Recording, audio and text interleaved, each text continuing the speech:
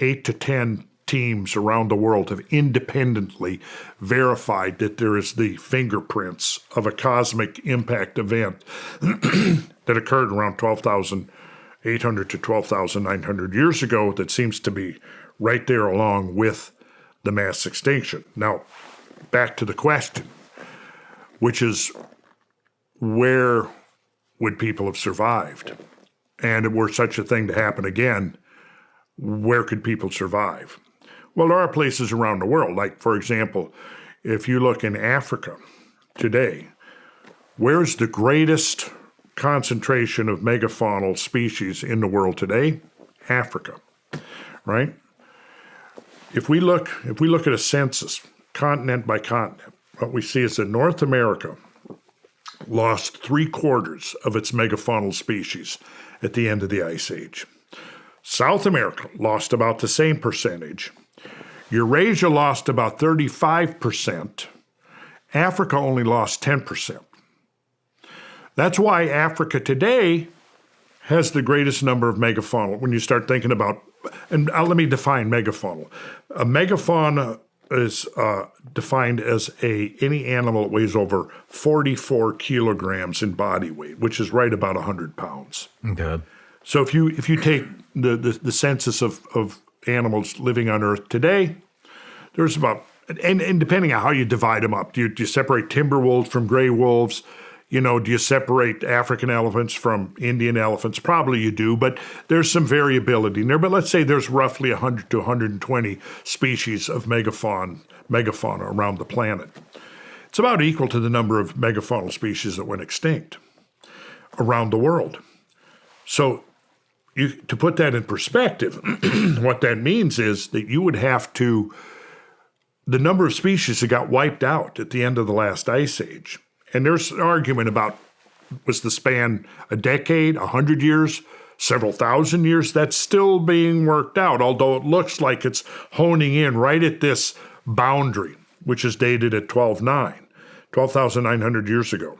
Okay, so if you were going to duplicate a species extinction level event to the one that happened at the end of the last ice age, you'd have to pretty much eliminate every animal over 100 pounds body weight on Earth. Okay. That's how severe the mass extinction was. Wow.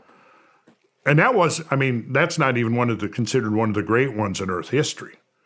A great one in Earth history, you're talking about 70 to 90% of all species, terrestrial, marine, etc.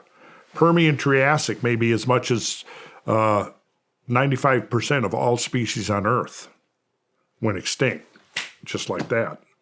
And they're still trying to figure out why, you know. But so now, here's the interesting question. We can see from the, number one, species loss is going to be directly related to habitat loss. The greater the loss of habitat, the greater it will affect species that are adapted to living in that habitat. So you can conclude from that if 3/4 of the species of North and South America went extinct, that was where the greatest habitat loss occurred. So it was the last global catastrophe was kind of focused on the Western Hemisphere. Eurasia was second, Africa was third. So what that tells you is the safest place to have been on Earth during these events would have been Africa. Mm-hmm. And I suspect that it all pretty much is around Kenya, Tanzania, that's what I'm trying to say, thank you, around the Great Rift area. Okay. That's where it seems like was kind of a place of global refuge.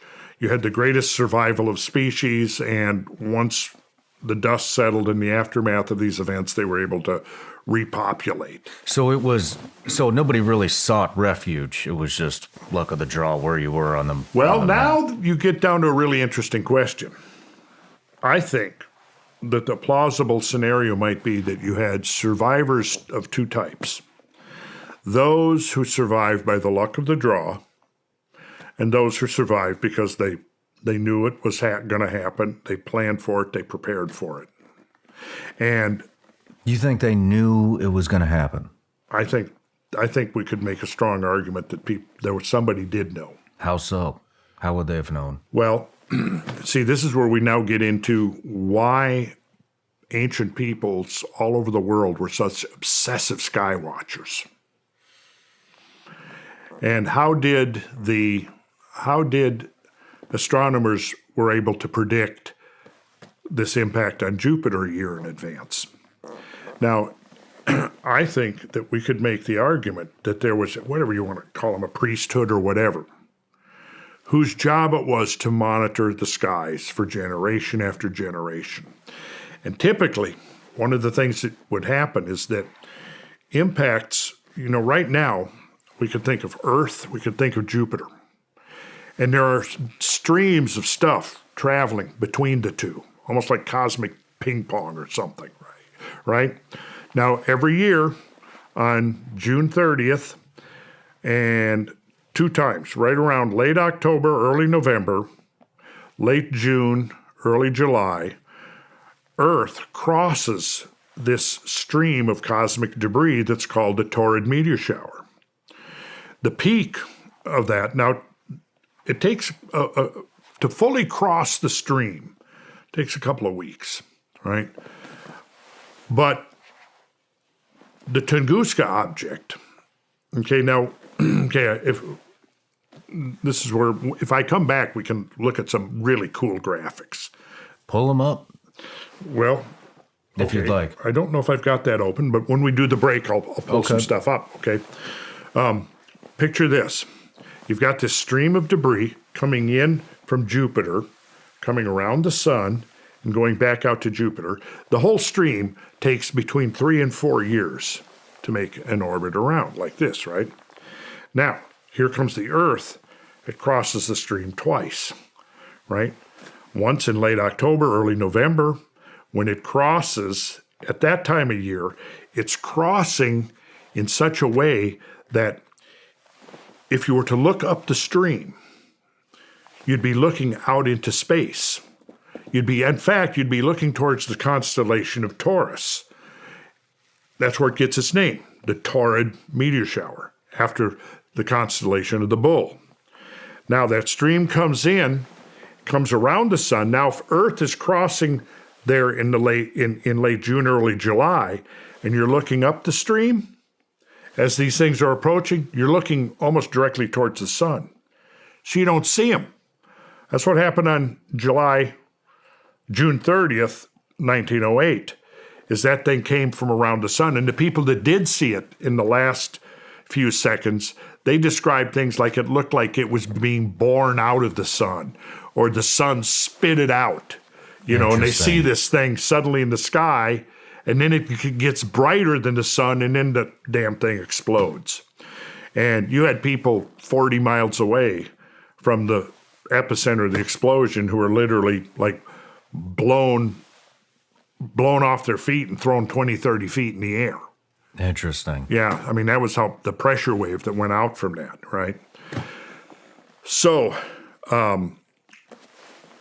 what I'm leaning towards is the idea that you had people who were watching the skies and predicting this. And one of the reasons, now, again, showing graphics to explain this would be much easier. But when you look at and make these predictions of, like when they made that prediction back in 93, that this thing was going to hit Jupiter, they used a set of information called cometary elements, or the orbital elements, right? And what they need to know is the shape of the orbit, its tilt relative to Earth's orbital plane, and several other things, right? Well, the things that modern astronomers used to count, the conceptual tools they used to make that prediction, are all the things that you can identify by using the ancient standing stone circles and observatories. I think all these things all over the planet were observatories by which they were able to calculate cosmic motion to a high degree of precision. And if you saw an object circling, in that orbit, and just like with the Shoemaker-Levy 9, That thing had been circling Earth and Jupiter, but nobody had seen it, right? It had been doing it probably dozens of times, and nobody had seen it. But what happened is that every time it went out to Jupiter, Jupiter's gravity was sucking it in a little closer, a little closer, a little closer, until finally it got so close it passed within that Roche limit, ripped it apart, and then on the next circuit around, boom. Gotcha. Direct hit.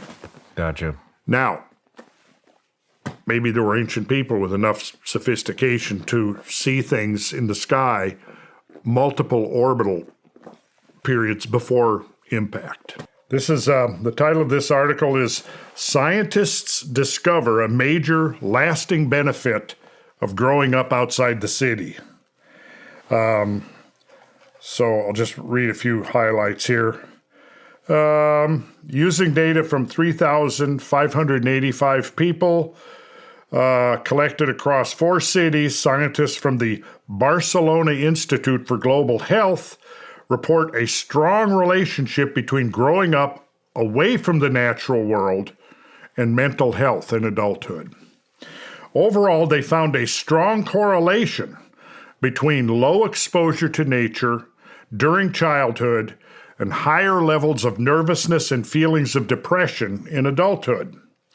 Co-author Mark Nieuwenhuizen, don't know how to pronounce his last name, PhD, director of IS Global, this is Institute for Global's Urban Planning, Environment, and Health Initiative, tells Inverse, the journal that was doing this interview, that the relationship between nature and mental health remains strong, even when adjusted for confounding factors.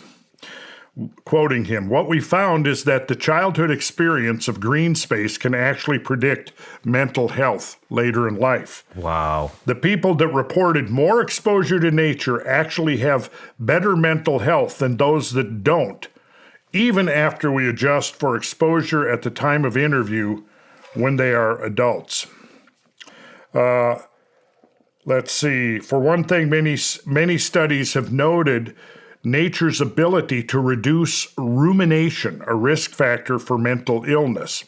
Spending time in nature, this is one of the other researchers, Zalema says, has been linked with increased self-esteem, this is in nature, increased self-esteem, quality of life, and physical activity, as well as lower body mass index. In this sense, nature itself is beneficial. These findings fold into the biophilia hypothesis, the idea that humans intrinsically seek out connections with nature, including exposure to green spaces. An offshoot of this idea is that nature promotes certain developmental changes in the brain, particularly in children, that may not happen when we are removed from it. Nieuwenhuizen presented some evidence for this in a 2018 study showing that exposure to green space correlated with structural changes in the brain and greater working memory in 258 school children. And then quoting him, this is a hypothesis. I think the reason for it is in general our brains are still wired for when we were still living in the savannas and jungles with a lot of nature around us. It's only in the last few hundred years that we have moved into cities. Our brains are not really adjusted to that. The second way to interpret the results is to consider not the benefits of nature exposure, but the disadvantages of being away from it. Polluted cities in particular seem to extract additional tolls on health and may actually impact cognitive development in children.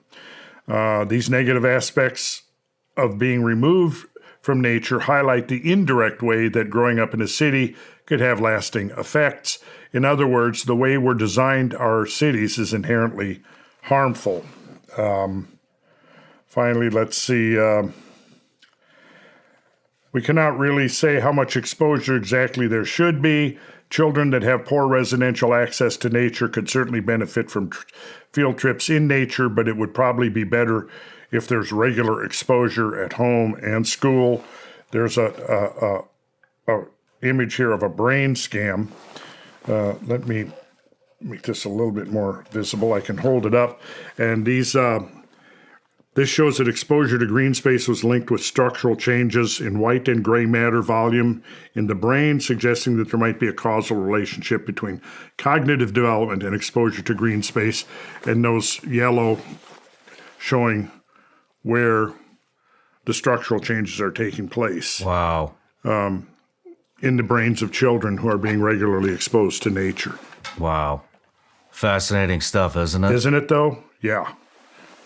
And I got another study, where it's talking about the, some of the differences. I mean, just the mental health of people, of children grow up to be much more healthy in terms of their emotions, their psychology, their mental processes, and so on, than children that are deprived of that. So I think that's important. It's important for people to know that.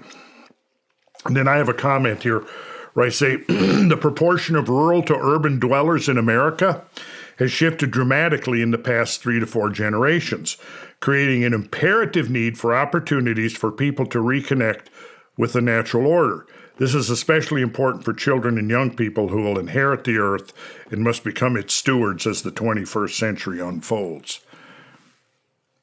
And we've basically shifted from 3 or 4 generations ago where 3/4 of the population was rural, and now it's 3/4 of the population are pretty much urban dwellers. Yeah.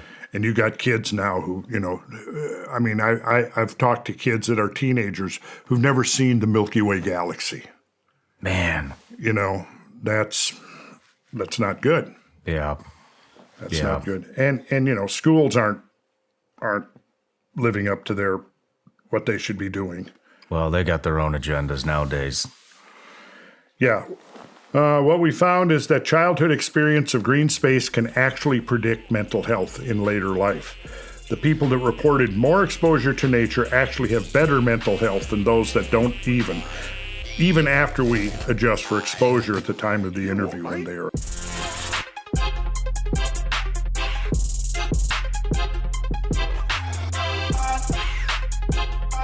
Yeah.